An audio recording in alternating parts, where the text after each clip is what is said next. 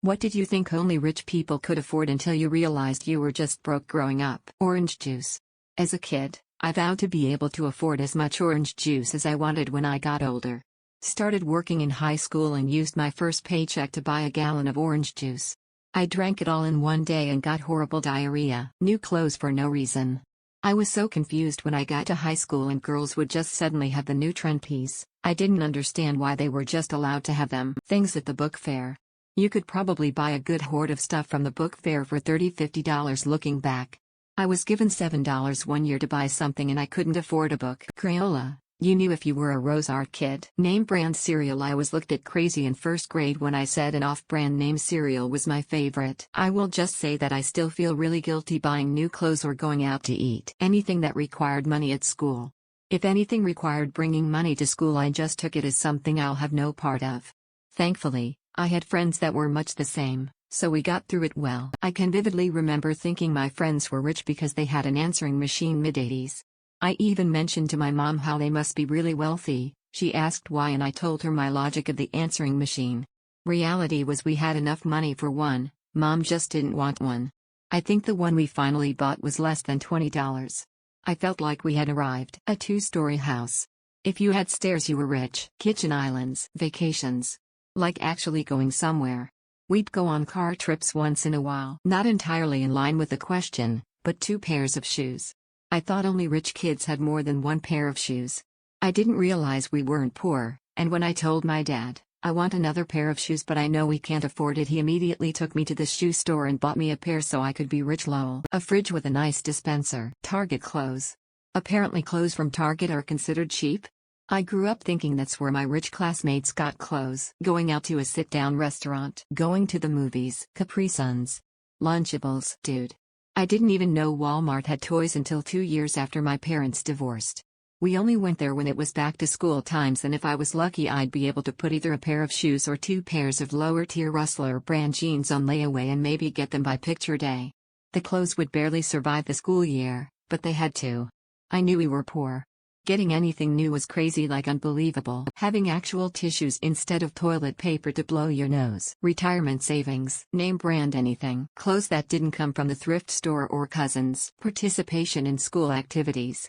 I wanted to be part of color guard so badly. Ordering an appetizer with your entree for dinner or ordering takeout regularly. Soda. We never had it in our house. Over at my best friend's house they had cases of it in their garage.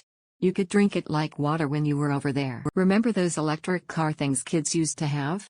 Anybody know what I'm talking about? Enough bedrooms for all the kids. Air conditioning. There was a rich kid in high school that complained about me wearing the same 5 sets of clothes every week. I said, if it bothers you that much, why don't you buy some? And he said, tell your parents to, and laughed like it was a burn or something. That was when I realized Greg S. from a HHS class of '02 was a complete piece of shit lacking in empathy. But to answer the question, nice clothes. Cable. New cars. In the few months before he passed away, my dad told me the most he ever made per year was $18,000, which blew me away even though he retired in the late 80s.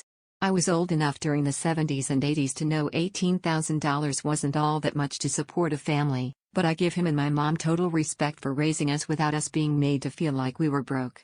I think one of the worst things parents can do is let the kids feel the understandable stress we all feel when we have no idea how we're going to get by. I'm not saying you lie to them, but knowing that things are tight is different than seeing your parents feeling despair and anger over the situation. No one wants to view their parents like this. This thread just made me feel depression and nostalgia. Thanks up. A TV with a remote. After school snacks, even ones from the dollar store. My friends in middle school constantly made a point to remind me that I was poor. One of the things they made fun of me for was the fact that I never just had spare change to carry around. They all had spare change so they'd be able to get things like candy and chips after school. One time they each even got an entire coconut cream pie entirely to themselves. On rare instances when my mom either didn't have time or just didn't want to prepare lunch in the morning, she'd give me $5 to get food from the school cafeteria. I was supposed to give the change back to her after school, so I'd get the cheapest thing there, which was nowhere neat enough to fill me up, pocket a bit of the change and return the rest. Eventually I'd be able to afford a bag of chips from the dollar store or from the grocery store next to it. I stopped walking home with my friends because I felt so ashamed that I had to scrounge up change just to afford a bag of chips that cost $1.50. This is a habit that continued throughout high school, which eventually led me to have an entire tissue box full of coins. Bonus story: one morning my mom had left $5 each for my brother and I to get lunch. I took my lunch money and headed off to school.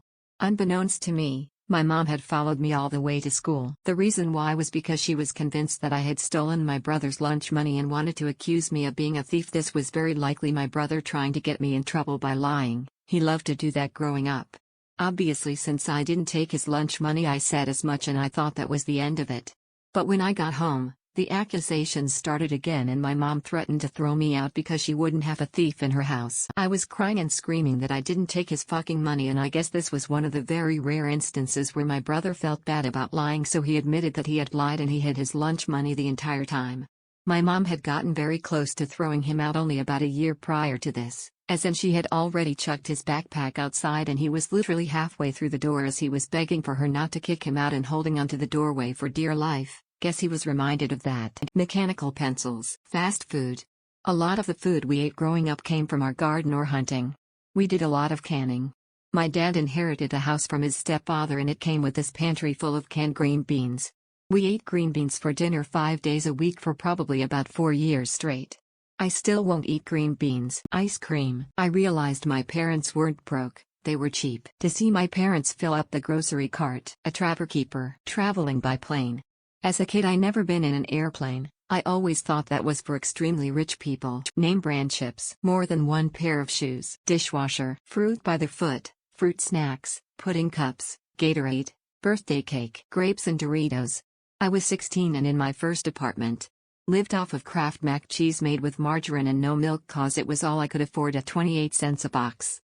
My neighbor was 13 years older than me and would invite me over and feed me treats.